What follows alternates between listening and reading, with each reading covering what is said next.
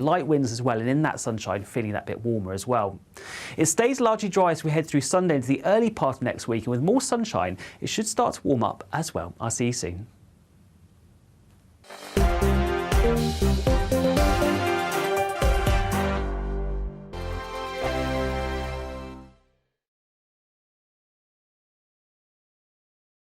It's all about family, being in people's living rooms, all the interaction and getting to know who our viewers and listeners are. When I was young, my dad used to say, no, stop arguing. I wanted an outlet that would enable me to give my opinion.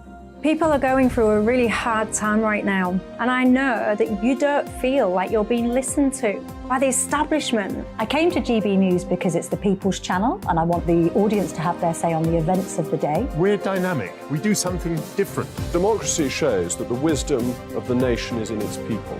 I get to travel to find out what the story is from a personal perspective. The British people aren't fools. We know when we're not being told the full story. We've got to work out how Britain moves forward from this. It's the best country in the world. The establishment had their chance. Now we're here to represent your views. Britain's watching. Britain's watching. Britain's watching. We're proud to be GB News. The People's Channel. Britain's news channel. Hello, I'm Michelle Dewberry, and you can join me every weekday 6 till 7 on Jubes and Kerr. You're an inspiration to us all. Clip that bit up. Well, you are. That's my ringtone. My political ambitions those days are gone, I can tell you. She's only teasing. Go on. He's probably going to want to lay down now. I'll give him 2 minutes to have one. Let's respectfully disagree. That's what we like on Jubes and Kerr. Come and join us. GB News, the People's Channel. Michelle Dewberry, weekday evenings at 6 o'clock. Start the day with GB News. We catch up on all the big stories you didn't hear the night before. And take a look at what the world's talking about this morning. That's right, Monday to Thursdays from 6 o'clock. It's Breakfast with Eamon and Isabel. Straight after breakfast, join us, Bev Turner and Andrew Pearce. We're going to take you through till noon. We'll be tackling the big topics of the day, including the things that the other channels just won't talk about. If it's happening here. Wake up to mornings on GB News, the People's Channel. Britain's news channel.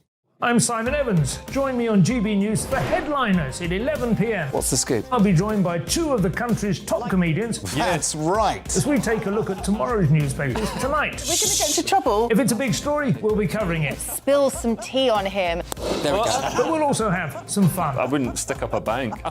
My father didn't love me. So anyway, Headliners every night from 11 on GB News, the People's Channel, Britain's news channel. We've got a brand new lineup every Saturday night on GB News. From 6 p.m, I'll give you my unique take on the world today. Then at 7, it's me, Calvin Robinson, with my Common Sense Crusade. New to GB News is the Saturday 5. 5 times the opinion. Join us every Saturday from 8 p.m. as we debate the week's stories. With us 4, plus a special guest. And at 9, of course, it's Mark Dolan Tonight. Brand new Saturday nights on GB News, Britain's news channel.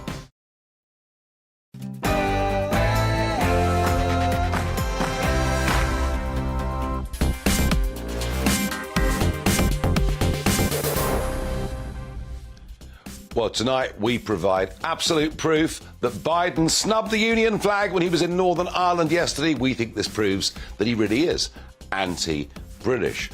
We're also going to have a look at the comments made by Marine Le Pen. She says if she becomes the French president in a couple of years, we will solve the Channel migrant crisis by working together. Really interesting, that. And we'll also take a deep dive on China. Liz Truss in DC yesterday saying, you never know, China could invade Taiwan at any moment. We'll assess just how big a threat we think China is. But before all of that, let's get the news with Polly Middlehurst.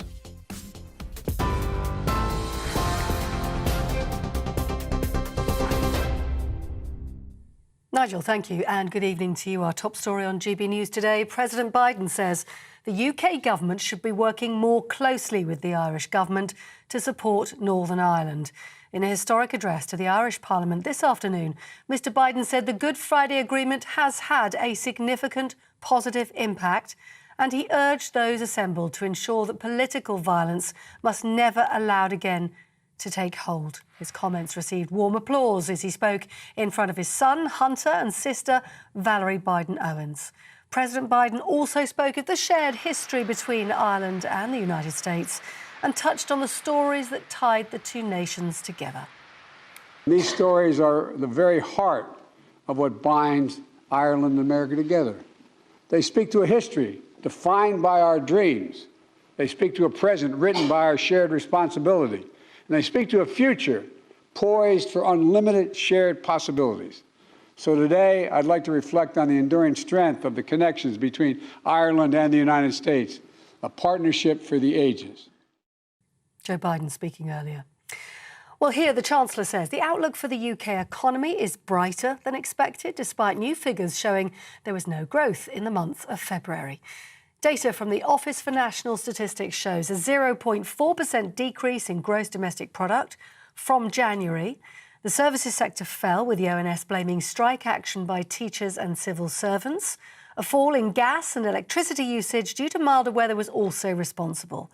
But the figures do show GDP grew 0.1% in the 3 months to February, with Jeremy Hunt saying the UK is set to avoid recession. But the Deputy Labour leader Angela Rayner said the government had failed to help people. Well, the economy figures that came out today are very devastating. It shows that productivity and the growth in the economy has been completely flatlined, and we've seen that from the IMF that have said that they don't believe that's going to get any better this year. So that is having an impact on people.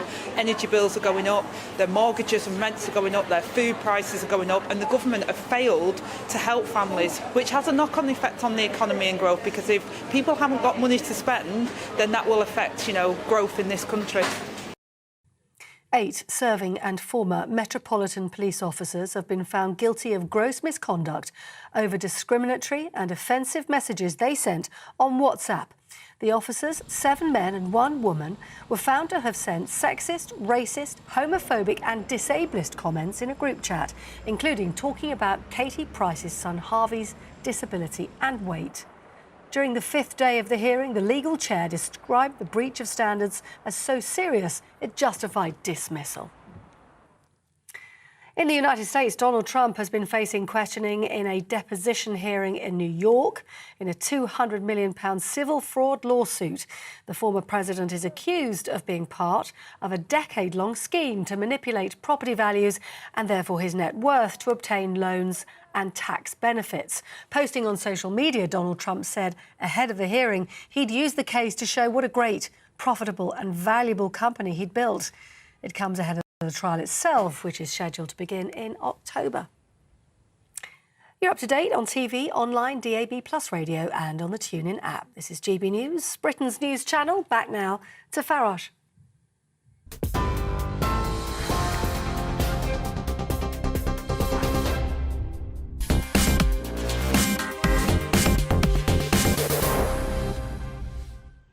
Well, there's been acres of speculation as to whether Joe Biden is anti-British. Some even speculated that he hated the United Kingdom. A word that I thought was too strong, but some pretty conclusive evidence has come to us here at GB News that suggests he did willfully snub the Union flag when he was in Northern Ireland on Tuesday evening. So let's have a look at a sequence of how Americans behave with their cars, the Beast, of course, as the presidential car is known. Let's have a look at how they behave when they're here. Let's go for President Obama in Enniskillen, Northern Ireland in 2013. So here he was, the American president, and he's flying the American national flag. And yes, for those watching on television, you can see inside the red circle, there is the Union flag, or Union Jack, if you prefer. And then when Joe Biden was president, and he came to Scotland in 2021 for COP26. What flags did he fly on his car on that day? Well, actually, it's pretty clear for all to see that in this massive entourage that arrived at COP26 and goes around with American presidents, but very easy to see that he flew in Scotland. Yes, the American flag, and there it is, the Union flag being flown as well. So when he's in Scotland, Joe Biden flies the Union flag. And when he's in the Republic of Ireland, as he was yesterday and today, Well, it's pretty clear what he flies there, because there he flies the American flag and, yes, the Irish national flag, or tricolour if you prefer. But on Tuesday night in Northern Ireland, what did the beast have in terms of flags? And here it is. Here's the evidence we need. There's the American flag, the stars and stripes, and there is a flag with a presidential seal. He willfully and deliberately chose and opted, along with the White House, not to fly the Union flag. Now, staying a member of the Union is perhaps even more controversial in Scotland than it is in some ways, or numerically at least, in Northern Ireland. I believe this to be a deliberate snub. Earlier on, we asked Arlene Foster, the former First Minister of Northern Ireland, what her reaction to this was. I think we need to find out why that was the case, and his administration should be asked why he did not think it suitable to fly the national flag of Northern Ireland when he was in this jurisdiction. Because I hope it's not the case that he doesn't recognise Northern Ireland's place within the United Kingdom, which of course is part of the Belfast Agreement, but it will be very interesting to hear what the administration has to say in relation to this issue. Well, Arlene, we have asked the White House what the reason was. We even tried the Northern Ireland office, who referred us to the White House. We're waiting for an answer. If it comes during this show, we'll let you know. So you tell me, do you agree with me that Joe Biden is anti-British? Farage at gbnews.uk. Now, today's been a busy day in the Republic of Ireland, but it started pretty badly when, in a speech, he explained that the tie he was wearing was a rugby tie from Rod Kearney, a former Irish international and a fifth cousin of Biden's. Just listen to what he said. See this tie I have with a shamrock on it? This was given to me by one of these guys right here. Was a hell of a rugby player, and they beat the hell out of the Black and Tans. Oh, God. It was but it was when you were at a Soldier Field, wasn't it, the game? Chicago. And after it was all over, he gave my brother, allegedly for me, but if it wasn't, I still took it. I still got the tie. I wear it with great pride. And so thank you all for the homecoming welcome. The bad news for all of you is we'll be back. There's no way to keep us out, but thank you, thank you, thank you. Well, there we are, rambling, only vaguely coherent, couldn't remember the name of his fifth cousin who'd given him the tie, and he should have said beat the All Blacks. No, he said the Black and Tans, which, for those that know anything about history, were the Royal Irish Special Constabulary, brought in to fight republicanism and, with some degree, if you believe history, of brutality. Darren McCaffrey is in Dublin. Darren, after that really rather ridiculous gaffe, has it gone any better for the president, and how was his speech to Bedoyle? Yeah, really interesting. A busy day, as you say, for Joe Biden today. Speaking, first of all, a meeting with the Irish president a little earlier on at an Ars Nuclear on his official residence. And in saying that, I have to say, a pretty warm welcome, unsurprisingly, for the US president. Then later on, those talks with Nigel Farage, the Irish Prime Minister at his official residence, which meant that it went on for a hell of a long time, actually. He went well over schedule. And then talking to the Irish Parliament this evening at Ars Nuclear. I'm going to head back to you because we're just being disturbed here by lots of kids in Dublin who clearly have got little else to do apart from really annoy us, Nigel. Sorry. Darren, that's okay. These are the risks and dangers of live broadcasting out in the streets of Dublin, or indeed anywhere else. It can happen. Well, let's go up to Northern Ireland to speak to Jim Wells, former DUP Assembly member for South Down. Jim, good evening. Welcome to the programme. You've just seen the reel of flag pictures that we've shown. Is this proof positive that Biden deliberately snubbed the national status of Northern Ireland? Well, first of all, well done to your staff for spotting this exclusive. It took a wee bit of diligence to find out what was going on. Yes, I do. I believe I supported Arlene Foster saying, I believe this combined with the fact that he's refusing to come to the coronation and his recent photo shoot with Jerry Adams would indicate to me, yes, there is a bias here. Now, Biden must have known what he was doing when he refused to fly the Union flag in the United Kingdom. So it was premeditated. It was clearly there to cause offence, and it has, now that it's become public, courtesy of GB News. And I must say, he's going out of his way to cause the maximum offence to the British citizens of this part of the UK. Yeah, I mean, clearly this was decided at the White House level. It's pretty impossible that he didn't know this was going to happen. And, Obama, Enniskillen, flies the flag. Biden up in Edinburgh, or Glasgow rather, flies the flag. I don't think his visit actually to Northern Ireland, forget, in a sense, his trip to the Republic. That's all designed for an audience back in America. Do you think anything was achieved by Biden's visit to Northern Ireland? Well, he's only here for 15 hours, and the total cost to the police service is £7 million, which the taxpayer in Northern Ireland is going to have to bear. He came, he made one speech. I could have written what he was going to say. I think it was absolutely, could be predicted. And all he seemed to do is to put a mild pressure on the DUP to return to Stormont. But as you've said, this is absolutely nothing to do with Northern Ireland. This is about cultivating the 40 million people in the United States who identify as Irish Americans. And this always happens leading up to the caucuses for in this case, the Democratic presidential candidate. He is simply there to try and appeal to that lobby. And really, frankly, Ireland, North and South doesn't matter. This is all about getting votes in the USA. And of course, the Democrats tend to vote. Democrats tend to vote for pro-Republican viewpoint.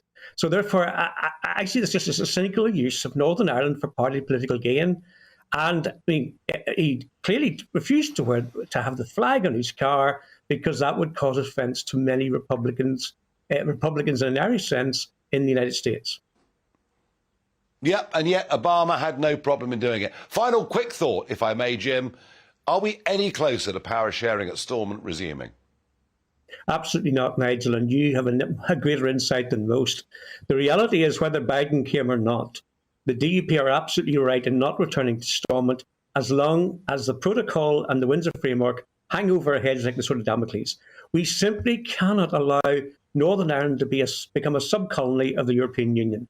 We can not remain within the single market, subject to the European Court of Justice, still within the VAT regime. That is not acceptable. And therefore, we would be mad to use the only leverage that we have to set that aside and immediately tug our forelocks and go back into Stormont. This is the most important constitutional issue facing Northern Ireland since 1974, and we simply cannot bow the knee on this particular occasion. No, I think you're right, Jim Wells. Thank you very much indeed for joining us this evening and giving us your reaction to that exclusive GB News story. Now, Jim talked about diligent researchers, and of course we do have diligent researchers at GB News, but this actually came to us through a viewer, Ian, who sent in those snaps, those thoughts. Well done, you. We love you as an audience. If you send us in great stories like this, we will do our absolute best to do them justice. In a moment, we're going to talk about China. It's remarkable diplomatic missions that it's been on, and Liz Truss's thoughts on China, which contrast hugely with Rishi Sunak as she spoke last night in Washington, D.C. Is China getting close to invading Taiwan? All of that in a moment on GB News, the People's Channel.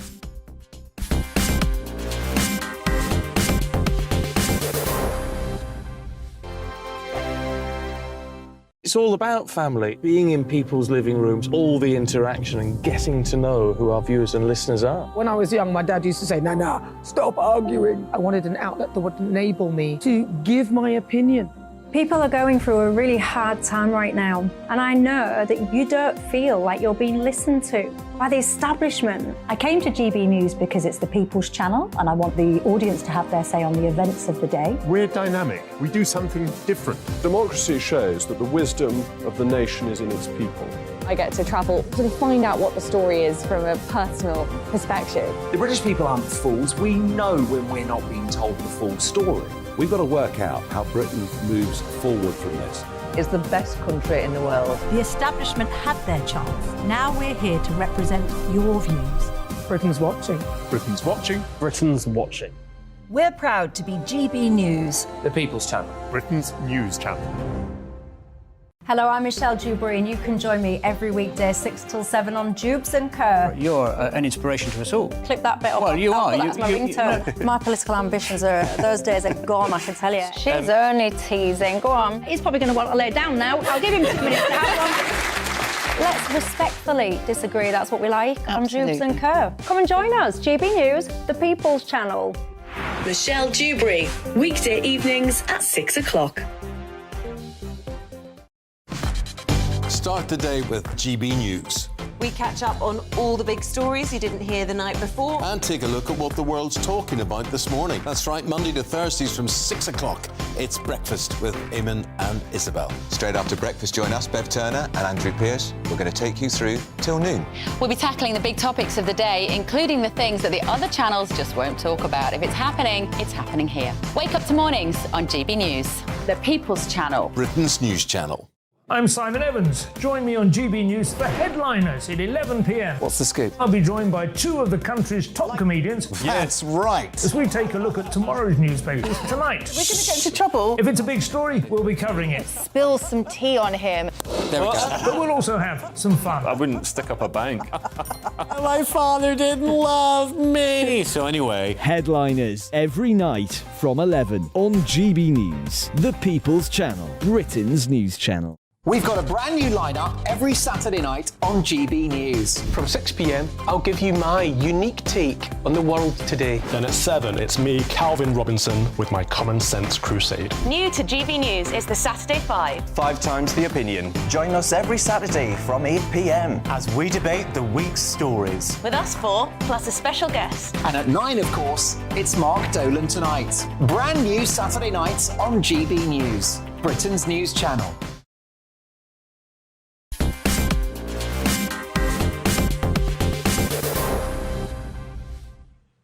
So, have GB News provided proof positive that Biden is indeed anti-British?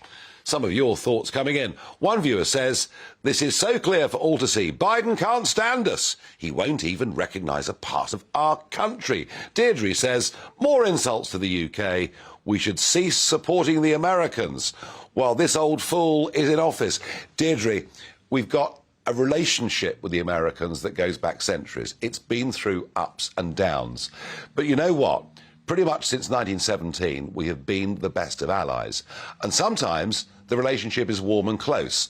Other times it goes into the fridge or the deep freeze. We're not going to break off with America just because Sleepy Joe is there. Another viewer says, struggling to know what the special relationship is exactly. Another says, hopefully we get Trump next. The Republicans are usually a much better friend to us Brits. Well, I tell you what, one thing for certain, Donald J. Trump, whose mum, of course, was a Scot, is very well inclined towards our country. He also warned the world about the risk that could be posed by the Chinese Communist Party. And one of the men, I think, that influenced Trump in quite a big way, he'll deny it, obviously, is a man called Michael Pillsbury, Senior Fellow for China Strategy at the Heritage Foundation and author of the 100-Year Marathon and recently a pamphlet on winning the Cold War. So I'm very, very pleased to be joined by China expert and researcher Michael Pillsbury. Michael, good afternoon to you and welcome to the programme. Thank you very much, Nigel. Nice to see you again. Good to see you. Now, over the course of the last 2 or 3 months, China have been engaged in the most astonishing diplomatic activity. It starts, we hear a deal with Afghanistan. We then hear there's a deal with Brazil, where for transactions they won't price in dollars anymore. They then get Honduras to break their link with Taiwan. And most remarkably, they managed to get, the Chinese president managed to get the Saudis and the Iranians together in one room, whilst at the same time playing all sorts of shadow attack games on Taiwan. I've believed, Michael, for some weeks that this is the biggest and most significant news story in the world. Very few people seem to be talking about it. Can you just tell me, what are they up to? What is going on? And am I right to think that it's increasing in speed? I think you're right. It is increasing in speed. What's going on is the Chinese themselves have put it. is a kind of stealthy approach to becoming the global superpower. They're not exactly in a rush. They often talk about the next 10 or 20 years. So it's not perceived by very many people that China is really doing much. China, in many quarters, Nigel, is still thought of as a poor country. In some sense, they cultivate that image of themselves. They do not boast openly that they intend to lead the world. Their most recent expression they have is called moving toward the center stage. And sometimes they'll talk about Chinese culture and Confucius as providing a better world order than the more predatory Americans. But it's usually quite subtle. Obviously, this happened in the 30s with Adolf Hitler. Hitler never openly said, I'm going to invade Britain, I'm going to invade the Soviet Union. He talked about peace, and as is well known, a lot of people in both Britain and other parts of Europe did not sound the alarm against Hitler. In fact, The Economist magazine, to its eternal shame, used to take the side of what they called Mr. Hitler against what they thought was a dinosaur, Winston Churchill. So this story may be repeating itself again. I think, actually, Michael, you'll find that up until quite late in the 1930s, most of the British press were very, very uncritical of Mr. Hitler. Is it really fair of you to draw a comparison between President Xi and that German leader of the 1930s? I mean, aren't you going a bit too far with that?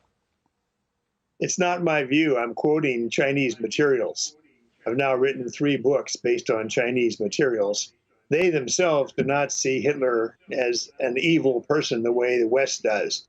They often talk about him as somebody who made mistakes by taking on both Russia and the West at the same time.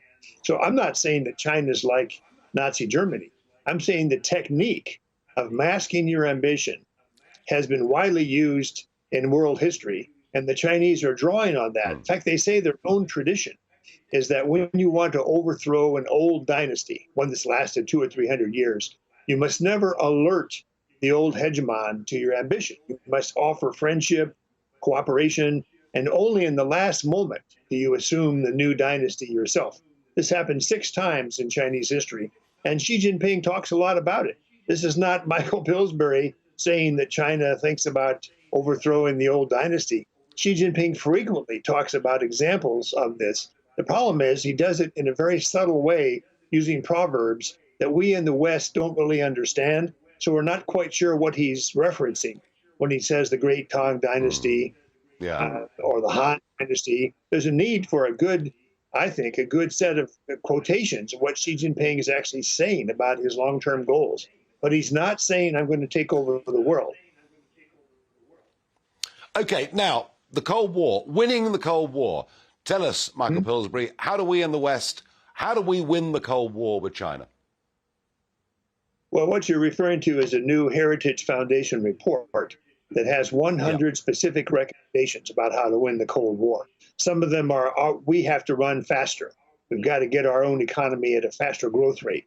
Others are stop aiding China. There's a fairly massive program in place for more than 30 years. It included Ronald Reagan, by the way, selling weapons to China, selling torpedoes, for example, to Chinese submarines. So we have not really changed all this. We stopped the weapons sales. But in terms of high technology, in terms of increasing our investment in China, increasing trade with China, this is all going on right now, Nigel. It's not as though the whole country in America thinks China is an enemy. Some do, but our policy continues to be consistent with the last 30 or 40 years. And by the way, Joe Biden was part of that old policy. So for him to help build up China is part of his past history. So the 100 recommendations involve cutting off technology to China, being more cautious about their influence operations inside our country and in Europe. It's quite a long list. I've already mailed you a copy. It should be coming to you in the next 2 days. I know. And by the way, you know, we've got many here in the British establishment that have been on the China train and show no great willingness to get off it. A final quick thought, if I may, Michael. Liz Truss, in a speech last night at Heritage, suggested that China invading Taiwan could happen far more quickly than anybody believes. Your thoughts? She's not alone. A number of senior American military officers have either written letters to their own troops or have talked in public about how the balance of power has changed. There used to be no hope that China could take over Taiwan. That has all changed. So I think she's quite familiar with American views, as her speech showed, and she's picking up on the sense of threat that we could face a military challenge in Taiwan in the near future. One we're not ready for. Michael Pillsbury, absolute pleasure to have you on the programme. Thank you very much indeed. Thank you. Well, James Heal is diary editor of The Spectator. James, Liz Truss back in action, but on the other side of the pond at Heritage, the Margaret Thatcher Centre that's established there. A lot of things she talked about. I was fascinated by, she basically said that Joe Biden was part of the conspiracy against her and Kwasi Kwarteng because they dared to talk about rolling back the frontiers of the state and reducing taxation.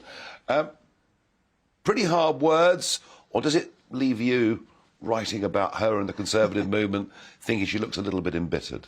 Well, I think after a few months away, sort of reflecting on it all, Liz Truss is back. She did a second big foreign speech. She did one in Japan last month, focusing on some of these themes. And this one on Wednesday was about half an hour long, fairly wide-ranging, talking about things that went on when she was in office, but also the China threat as well. On the point about Biden, of course, I mean, it's quite extraordinary around October last year when he was in the midterms, and he was using her, basically criticising the leader of the USA's main ally, Britain, and saying that this was sort of voodoo economics and sort of criticising her 45p tax cut and using it for domestic political reasons. I think a number of Tories, not just sort of Truss states, were rather appalled by that.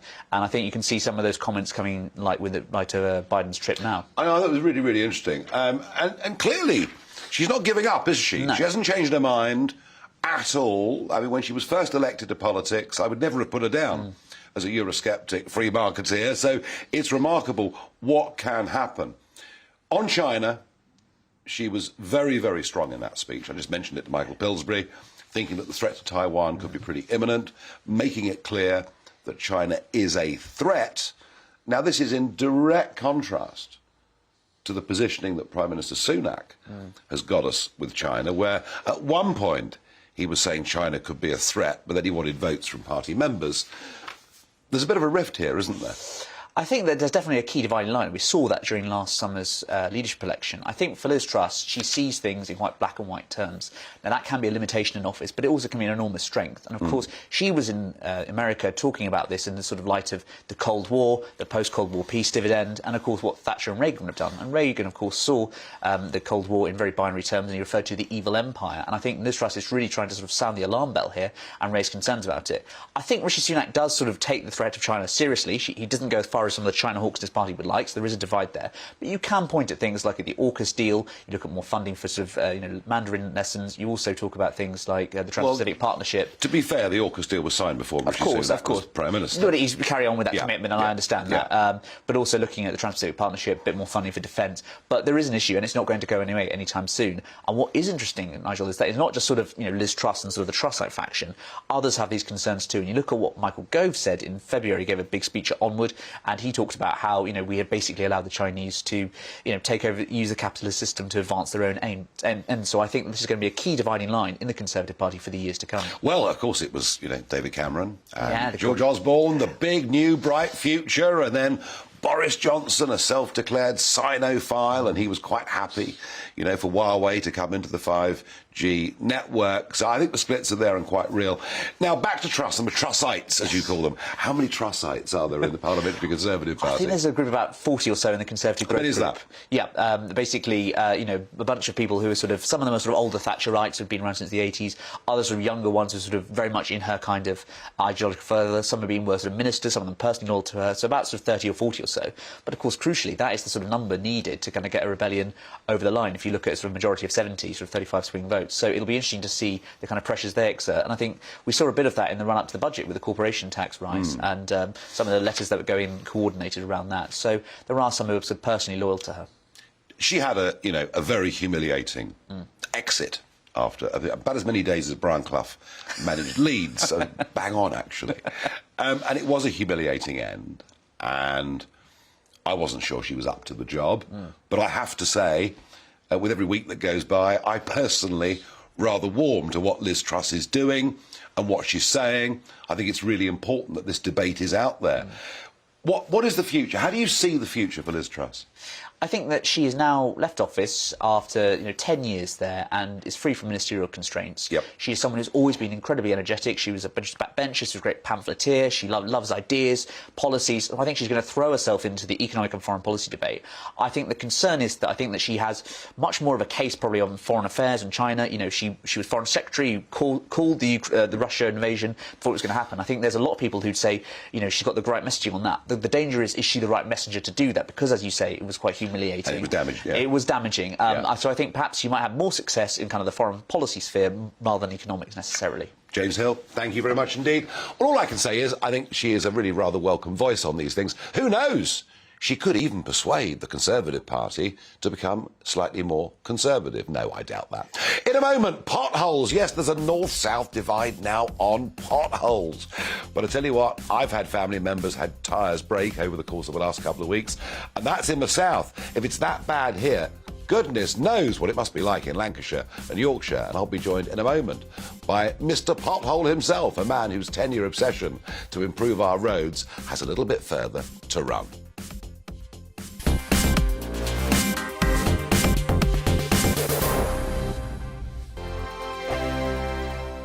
I joined GB News because I was sick and tired of not hearing my views being represented, not just mine, but so many people that I knew and spoke to. I just couldn't get my voice out there. I couldn't say anything. I couldn't do anything. Whatever the narrative was, I kind of had to follow it. GB News is there to provide a voice for those who have been ignored by the establishment media. We think different things, we've got a different style. GB News is here to be optimistic and positive about the future. It's real kind of dynamic and flowing, with the audience very much at the heart of it, like a big family. Here at GB News, we talk about the things that matter to you. Hearing the voices from right across our towns and cities, especially our towns. All sides of the argument represented with a heavy dose of opinion.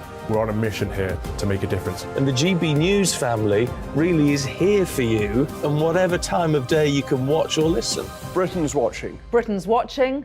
We're proud to be GB News. The People's Channel. Britain's news channel. Westminster is going around in ever-decreasing circles, followed by the media. Britain is broken. How on earth did we get into this mess? But more importantly, how do we get out of it? Join me at 7 p.m, Mondays to Thursdays on Farage, here on GB News. We will have open, rational debate. We've got to work out how Britain moves forward from this. Join us here on GB News, the People's Channel. Britain is watching. You've probably seen politicians interviewed 1,000 times, but we do it differently. We find out who they really are, we don't shout, we chat, and hopefully we bring a bit of light, not just heat. Did you know Kate Moss? Apparently. Do you have a pair of jeans or a pair of jeans? No, of course I don't. What would I do with them? My friends are like, oh my God, what's she doing now? Join me every Sunday at 6 for Gloria Meets, only on GB News, the People's Channel, Britain's news channel.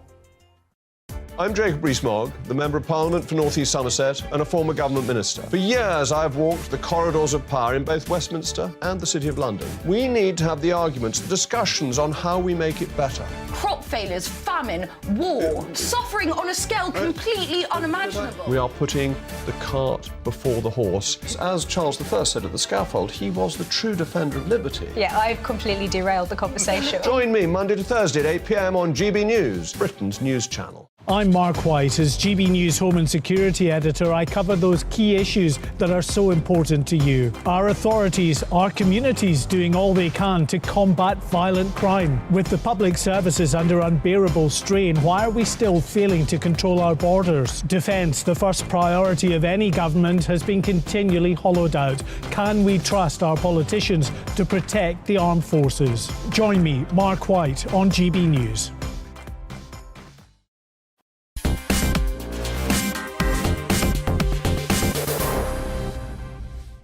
Well, this really is the what the Farage moment. I thought the potholes in the south of England have become absolutely intolerable.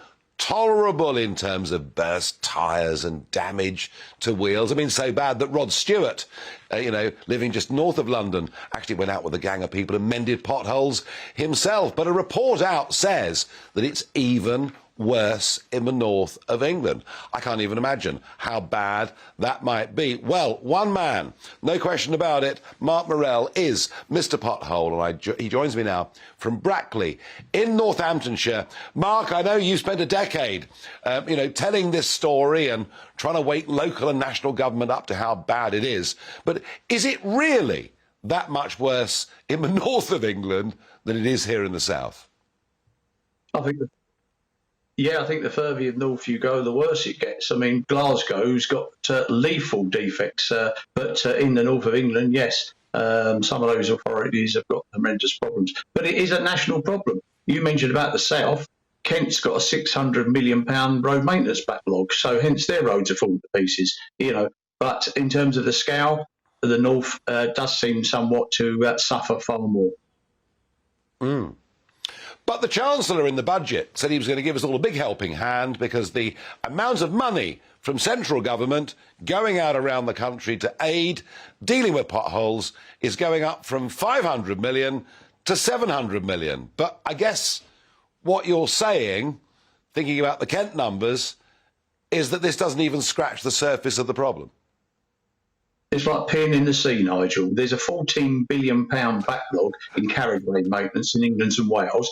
What they don't tell you is they cut £400 million last year and the year before, and in this new financial year, from the general road maintenance budget. So £1.2 billion cut, and they give £200 million back. Big money to you and me, but, it shows what's happening. And all over this, they will come out, we're spending £5 billion over a 5-year period. Well, over that 5-year period, the road backlog has got worse by over £4 billion. So what you're doing isn't working.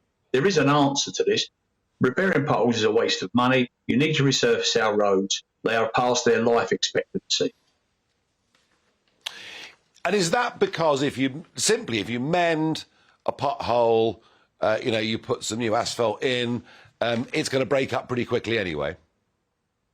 Yeah, because the area around it's not sound. I mean, unless you resurface the road, we get bad weather complained, and I hate that, because if the top wearing surface was maintained and resurfaced, you stop the water getting in, you stop the ice getting in, you stop the potholes. I mean, the latest report that came out on the alarm survey that showed the 14 billion plus backlog says that our roads will be resurfaced, we're lucky, once every 116 years. Will only last 20 or 30 years to wear and surface. So it doesn't take a lot of working out why the network's so critical. I get fed up with the politics, because if I did a graph showing it back from the year 2000 to now, how it's grown over successive governments.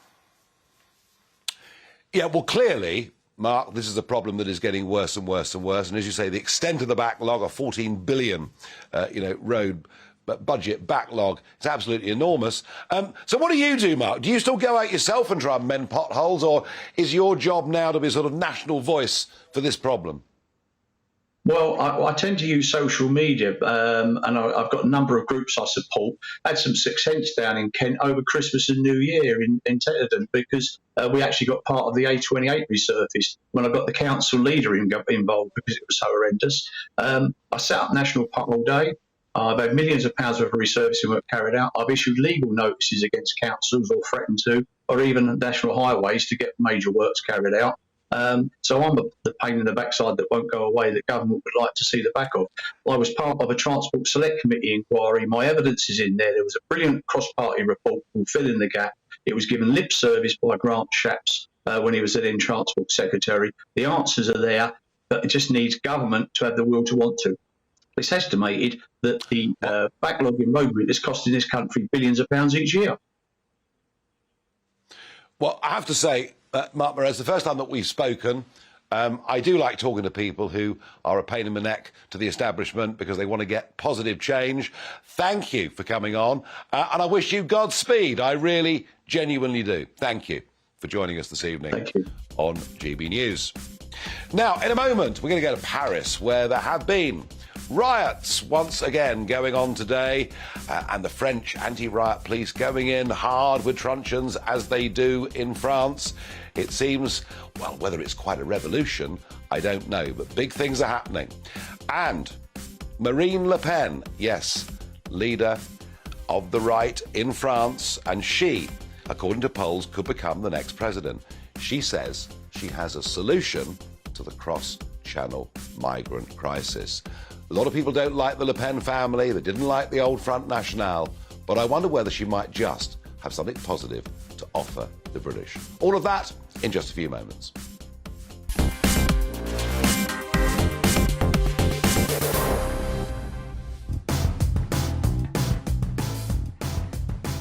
Coming up on Dan Wootton Tonight, does Meghan Markle's coronation snub mark the end of the UK's relationship with Her Montecito Majesty? Our royal masterminds, Lady Colin Campbell and Phil Dampier, give their unmissable reactions. Plus, Mumford & Sons musician turned political podcaster Winston Marshall dissects Elon Musk's stunning humiliation of the BBC. Join Dan, Calvin Mackenzie and more of Britain's top commentators, 9 to 11 p.m. on GB News.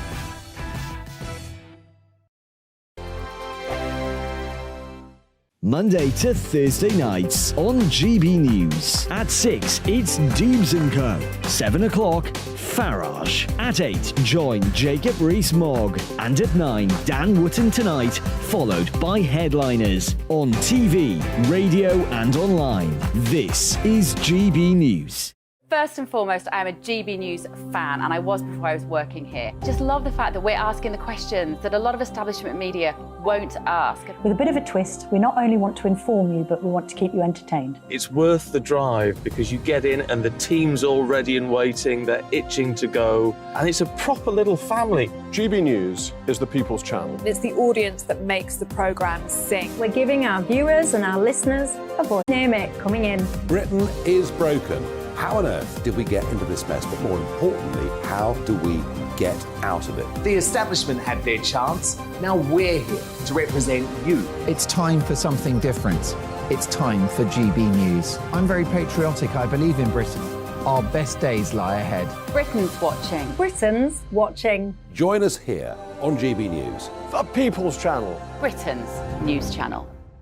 Join me, Patrick Christie's, Monday to Friday, 3 till 6. We tackle the day's news agenda like you've never seen before. It's high tempo, high octane, the most controversial topics, and the best guests. You will not be able to take your eyes and ears off it. I'm not afraid to ask the questions that you really want answered. 3 till 6 p.m, Monday to Friday on GB News, the People's Channel, Britain's news channel. GB News has its own late-night paper preview show, Headliners, where comedians take you through the next day's top news stories. You don't have to bother reading the newspaper, we've got it covered for you. Headliners, every night at 11 p.m, and repeated every morning at 5 a.m. We won't send you to sleep like some of the other paper review shows out there. GB News, the People's Channel, Britain's news channel. Join me, Camilla Tominey, on Sunday mornings from 9:30, taking the politicians to task and breaking out of SW1 to see how their decisions are affecting you across the UK. Bursting the Westminster bubble every Sunday morning, only on GB News, the People's Channel. Britain's watching. Hello, I'm Calvin Robinson. Do not miss my Common Sense Crusade Saturdays at 7 p.m. Join me for some in-depth discussions on faith. Is that not the start of the slippery slope? It's very much so. And the big moral questions of the day. I'm baffled. You've got some nerve. Only on GB News, the People's Channel, Britain's news channel. I'm Andrew Doyle. Join me at 7 o'clock every Sunday night for Free Speech Nation, the show where I tackle the week's biggest stories in politics and current affairs with the help of my 2 comedian panellists and a variety of special guests. Free Speech Nation, Sunday nights from 7 on GB News, the People's Channel, Britain's news channel.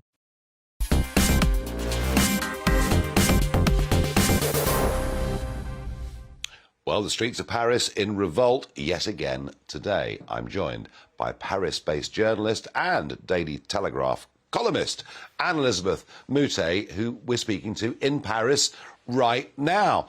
Welcome to the programme. Some of the pictures I've been seeing today and the tactics being used by the riot police, it looks pretty violent. It looks pretty violent, but what you do not see is you start with a march that is pretty peaceful, and then towards the last quarter of the entire time, you get what we call casseurs, which is basically hooligans who come to break, to burn, to loot, and then the police find themselves in a situation where they've been absolutely forbidden to try and prevent people from joining the demonstration because that wouldn't be legal, and then they try and catch the ones who are creating this kind of lawlessness.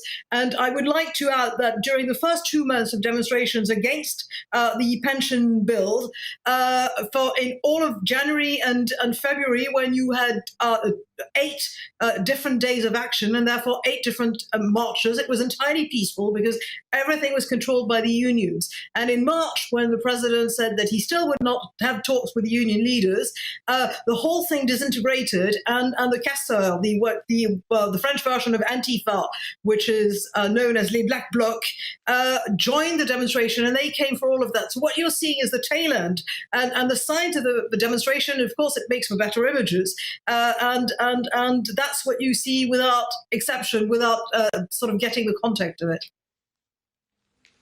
Yeah, but it's very difficult for us on this side of the channel to imagine that a sort of pension age increase to 64 from 62 would spark all of this. And I noticed that today, there was a high-end store that was attacked, one selling very, very big brand names, the Rotonde restaurant, the canopy to that set fire the other week. I mean, tell me, am I wrong? Are these riots, is this violence about a lot more than just the proposed increase in pension age? Is it about the autocratic style of Macron and the sort of disconnection, maybe, that Paris has with much of the rest of France? They are with most of the marchers, but these are not the people who go looting. They are entirely different people. No. You have perfectly peaceful people, often middle-aged, and they go and they do not loot and they do not break things, and they follow the union slogans, and the unions have been pretty reasonable on this one. We can talk about why the reform. I think a pension reform in France is necessary. I think this one is completely misguided, and there are reasons for that. And people feel that. But you're quite right that it's also the sort of big-headedness of Emmanuel Macron, to be frank, and the feeling that he's talking down to people, that he has no idea of what it's like to live on the equivalent of £2,000 or less a month. People can't pay their bills. This reform comes at the exact time when inflation is hitting the poorer people, because if you look at the inflation rate in France, it's about 7%. But 7% is fine if you put everything that's in the index, and that means cars, that means electronics, that means clothes. You don't necessarily need to buy this every day. You do need to buy food for your family, and until now, you needed to heat yourself and have electricity, and that's exactly the stuff that's going out. 40%. I mean, no wonder that Marine Le Pen, who leads now, has led for some years the National Rally, and who in each presidential election seems to get more votes, no wonder that polls say if she ran against Macron now, she would win the French presidency. Now, I know there's a long way to go, but this comment from her, published in the Telegraph, where she says on migration, we have to have the capacity, Great Britain and France, bilaterally, to be able to go and see the countries from which these illegal immigrants originate, and to make joint flights to send the illegal immigrants back to their country of origin. Now, there's a couple of things, I think, Anne Elizabeth, that she's saying there. Number one, she's saying it'll be bilateral, it'll have nothing to do with the European Union. And number two, well, she actually is looking at the problem the same as we are and saying people who enter illegally have to be removed. Are you surprised by this positioning? I'm not surprised at all, because she's got a whole sort of the vista is open for her, because nobody else wants to talk about immigration in France apart from her candidate on the right, Éric Zemmour, who is now a small force on the right of centre. But she essentially knows perfectly well that there are French citizens of foreign origin. She has no problem with those people as long as they behave very well. She says newcomers have no space because the weight on French public services is too heavy. And a year ago, she had an entire platform in which she said, if you come to France and you have a foreign passport and you don't find a job within a year, you have to go back. If your family, both parents, are not French, there's no reason why you should have access to all the benefits and the financial help that the government gives you, because that creates magnet to bring people into the country. So she's saying things that I think are perfectly understandable from the British side, and they're pretty similar in many ways. Yeah, no, they really are. I must say, I think it's fascinating. Anne-Elizabeth Moutet, thank you for joining me this evening. Now, the problem is, folks, it'll be 2027 before Marine Le Pen can become president, and an awful lot of dinghies will cross the channel between now and then. Let's have a go at our video. Barrage the Farages, and let's start with Daryl. Good evening, Nigel. Do you think Britain should offer asylum to refugees who do not embrace the concepts of individual rights, free speech, and a free society? Thank you. It's a difficult one, that, because refugees, by definition, if they're real refugees, are in fear of their liberty or their life as a result of their religion, their orientation, whatever it may be. That's the strict old-fashioned definition. But in the past, all the genuine refugees that have come to Britain have become incredibly British and very, very successful. And so I think, Daryl, there's a broader point there, whether you come here legally, through normal routes or as a refugee. Integration is the key, otherwise we're going to have a very unhappy society. Let's see what Imran has got for me. Hi, I'm Imran. My question for Nigel is, by coming out of Brexit, we were going to be saving a lot of money. When are we reinvesting that into the NHS? Well, it's a very good question, Imran. There were some promises made during that campaign. Actually, the increase on spending on the National Health Service is way more than the 350 million that was written on the side of a bus. The problem is, which seems to me the more we spend, I'm not sure we're getting a commensurate increase in service. NHS spending, about 8% of GDP a handful of years ago, now 12% of GDP, but I wonder how many of you at home or in your cars watching and listening to this think it's 50% better. I think radical reform is maybe what we need. Time for one more. Let's go to Daniel. Hello, my name is Daniel. I was wondering what you do on a Saturday night. Well, what I do on a Saturday night may be different now, Daniel, to what it was when I was younger. It would be in the pub or at the golf club. Probably for an extended period of time. I've slowed down a little bit. I've calmed down a little bit. But, you know, I might go to the pub, but I've got to tell you, it'll be for a far shorter period of time than when I was your age. Some of us, as we get older, do actually, in the end, become more sensible. Now, Jacob Rees-Mogg joins me. Jacob, what have we got today? What have we got? Well, we're going to be talking, first of all, about new regulations hitting landlords, because now the government wants to stop you letting out your property for a few days as an Airbnb. And the problem is nothing to do with landlords, it's to do with not building enough. And we've failed to do that, and we've got to build more. So that's one of the things we're doing. Also, I'm delighted JP Morgan is telling people to get into the office or they'll be fired. Well, they're even tougher than I am. Well, and they're very successful. I remember you leaving notes in civil servants' offices. Sorry, I missed you. Yeah, I saw the JP Morgan thing. I thought that was very significant too. And, yeah, work from home is only so good. For a limited period of time. People are better as teams, aren't they? That's right. You need that team atmosphere, and it's such a big and successful company. I think it's a and young people get the chance to learn from others. I'm done. I'm back with you on Monday. Let's have a look at the weather. Surely it must get better. Hello and welcome to your latest update brought to you by the Met Office. I'm Mark Wilson. As we head through Friday, then another changeable day to come.